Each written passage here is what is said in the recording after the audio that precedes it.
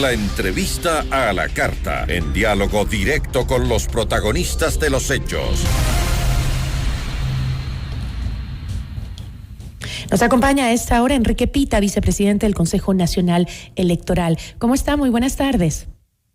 Hola, buenas tardes. Saludo cordial a usted y a todos los que nos escuchan. Muchísimas gracias. Entiendo que el Pleno del Consejo Nacional Electoral resolvió entregar este documento después de una serie de recursos legales. El último, una sentencia del Tribunal Contencioso Electoral emitida a inicios de mes que disponía que el Consejo Nacional Electoral entregue este certificado. El Tribunal Contencioso ordenó al Consejo Nacional que en un plazo de 15 días declare válidas las firmas de respaldo que se recogieron o se recolectaron en el 2014. Doctor, ¿por qué no se declararon como válidas estas firmas en el 2014? Este es un asunto tortuoso realmente y por supuesto también de mucha vergüenza para la función electoral. Esto se inicia en una etapa de muchos años atrás cuando una administración anterior invalidó firmas en una gran cantidad y aduciendo pues que simplemente no se las reconocían, no eran legítimas.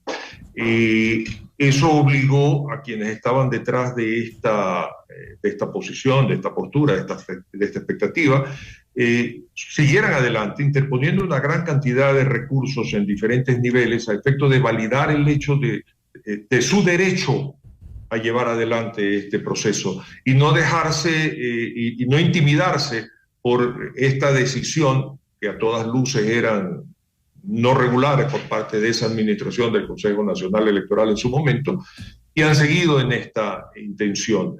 En un momento dado incluso se estableció que ya las firmas no existían, que las cajas se habían mojado, pero aún así la legitimidad de su propuesta y el derecho que les asistía por cuanto la argumentación que se les daba en contra de este proceso de alguna manera beneficiaba su postura, ha llegado al punto en el cual primero el Tribunal Contencioso Electoral, sino también la Corte Constitucional obliga a que el Consejo Nacional Electoral legitime este proceso previo y permita que continúe el trámite para el efecto de llevar... Es decir, doctor, que con esta decisión se reconoce entonces que se cometieron irregularidades en ese entonces con las firmas recolectadas por los Yasunidos. En realidad no se define esa situación específicamente. Lo que se define es que tienen el derecho, que cumplieron con las etapas. Eso claramente lleva a entender el hecho de que en algún momento dado quienes no legitimaron la firma o quienes desconocieron la firma y quienes tomaron decisiones precisamente para obstaculizar el proceso, no lo hicieron dentro de un marco legal. Ahora, con este paso que ya han cumplido los Yasunidos, superó el principal requisito para convocar a una consulta popular, el apoyo de al menos 1.5% del padrón electoral a la fecha. Ahora el Consejo Nacional deberá remitir la información a la Corte Constitucional para que ésta revise la pregunta. La pregunta para la consulta sería la siguiente: ¿está usted de acuerdo en que el gobierno ecuatoriano mantenga el crudo del ITT del campo Ispingo Tiputini Tambococha, ¿verdad? Conocido como el bloque 43 y indefinidamente en el subsuelo, es decir, que no se lo explote?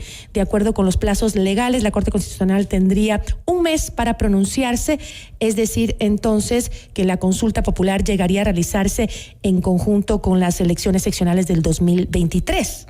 ¿No es así? Todo dependería de cuál es el pronunciamiento de la Corte Constitucional. Primero hay que entender que todo este proceso se inició dentro de un marco legal diferente al que está vigente. Por lo tanto, hay que continuar con aquel marco legal. Por eso es que hoy tiene que volver a la Corte Constitucional para que establezca la constitucionalidad, la legitimidad constitucional de las preguntas. ¿Y cuáles son las proyecciones? Las proyecciones ¿cuáles serían las proyecciones del Consejo Nacional Electoral justamente sobre la constitucionalidad de esta pregunta? No, nosotros no opinamos sobre aquello, no es nuestra obligación, es la Corte Constitucional. Nosotros remitimos en este momento el proceso a la Corte Constitucional, quien tiene que establecer aquello, la legitimidad de las preguntas. ¿Y qué pasaría si no se resuelve? Si no resuelve Permítame desarrollar la respuesta. Con una situación que una cosa es una pregunta planteada ya hace no sé, 6 años aproximadamente, a una pregunta que tiene que ser planteada ahora, cuando ya hay áreas que están en este momento siendo explotadas por parte del gobierno en cuanto al tema de petróleo. Por lo tanto, si la pregunta abarcaba toda la zona esta intangible, hoy posiblemente tenga que establecerse limitaciones, pero eso es lo que va a tener que decidir la Corte Constitucional. Cuando la Corte Constitucional legitime la pregunta y el alcance de la misma, nosotros tenemos que convocar inmediatamente el proceso. Ok.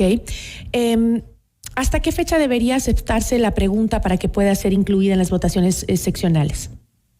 Esto es más o menos lo mismo que va a suceder o que podría suceder con la consulta popular que está impulsando el gobierno nacional. Nosotros como función electoral, una vez que recibimos o nos enteramos o somos notificados respecto a la constitucionalidad de las preguntas, tenemos hasta 15 días para convocar elecciones y 60 días para llevar adelante el proceso, no elecciones, consulta popular. Y hasta el momento, ¿cuántas? Para efecto de poder, permítame, para efecto de poder conciliar o montar uno o los dos procesos que están en este momento dentro de la posibilidad de que sean llevados adelante, la resolución de la Corte Constitucional tendría que darse aproximadamente hasta el 5 de febrero, de diciembre. De tal manera que nosotros el 6 nos reunimos, convocamos, decidimos convocar y el 7 convocamos. Es decir, la fecha máxima para que el Consejo Nacional Electoral pueda montar encima del proceso del 5 de febrero la consulta popular oficial o esta consulta popular respecto al tema del Yasunido, máximo deberíamos de tener una respuesta de la Corte Constitucional hasta el 5 de diciembre. Ok, y hasta el momento, ¿cuántas consultas se están tramitando para estas elecciones en todo el territorio nacional? Usted mencionó 2, la de Yasunidos y también la que está planteando el gobierno. ¿Hay más? Entiendo que hay una también relacionada con el uso del agua y guarda relación también con procesos y procedimientos que están en marcha, pero sobre aquella realmente no están en este momento en tema de análisis para nosotros en el Consejo Nacional Electoral. Todavía están algunos aspectos que se están desarrollando alrededor de la misma. ¿Y cómo avanza hasta el momento el calendario electoral? ¿Cómo vamos con eso? Bueno, nosotros estamos trabajando siempre apegado a ese calendario. La inscripción de candidaturas terminó el 20 de septiembre. Estamos en el proceso de calificación de las candidaturas por parte de las delegaciones provinciales, juntas provinciales electorales. Todo esto es una situación pues, que permite que aquellos que se sientan afectados por la decisión puedan impugnar las decisiones, posteriormente llevar adelante sus impugnaciones ante el Consejo Nacional Electoral y finalmente, si todavía no están satisfechos con alguna decisión de carácter legal que se van tomando en estas 2 primeras instancias, pueden recurrir hasta el Tribunal Contencioso Electoral. Lo cierto es que nuestro cronograma establece que hasta el 18 de diciembre debemos tener los listados total y absolutamente en firme. Y hasta esta fecha, después de estas apelaciones y procesos, ¿cuántos candidatos se espera que se enfrenten en las elecciones del 2023? ¿Tienen un aproximado? Bueno, no podemos nosotros adivinar, pero sí le puedo comentar que hasta el momento el número de candidatos que se inscribieron fue 63.518. Ahora, también nosotros estamos sorprendidos por el hecho de que esperábamos mucho más de los casi 80.000 que se inscribieron para el proceso 2019. Pero aquí han habido varios factores. Primero, las alianzas. Uno encuentra que muchas organizaciones políticas se han aliado. Qué bueno. Esto se ha dado por los beneficios que tenían las organizaciones políticas para presentarse aliados, en términos a que los porcentajes de votaciones se identificaban en el mismo porcentaje para cada uno de los partidos que formaban parte de la alianza, o los candidatos, si eran elegidos, se daban también, se le reconocía un candidato a cada organización política. Esto ha hecho que muchos se integren. Por otro lado, también las organizaciones políticas han tenido mucha dificultad en armar sus listas por la exigencia de integrarlas con jóvenes y mujeres, y tuvieron que unirse para poder unir esfuerzos y poder unir pues, los nombres y poder armar las listas. Todos estos fueron desafíos que tuvieron que ser enfrentados porque esta fue la primera ocasión que se aplicaban estas por los cambios en el Código de la Democracia. Ahora, ¿cuántos candidatos existen, por ejemplo, para la alcaldía de Quito y para la prefectura de Pichincha? ¿Tiene el dato?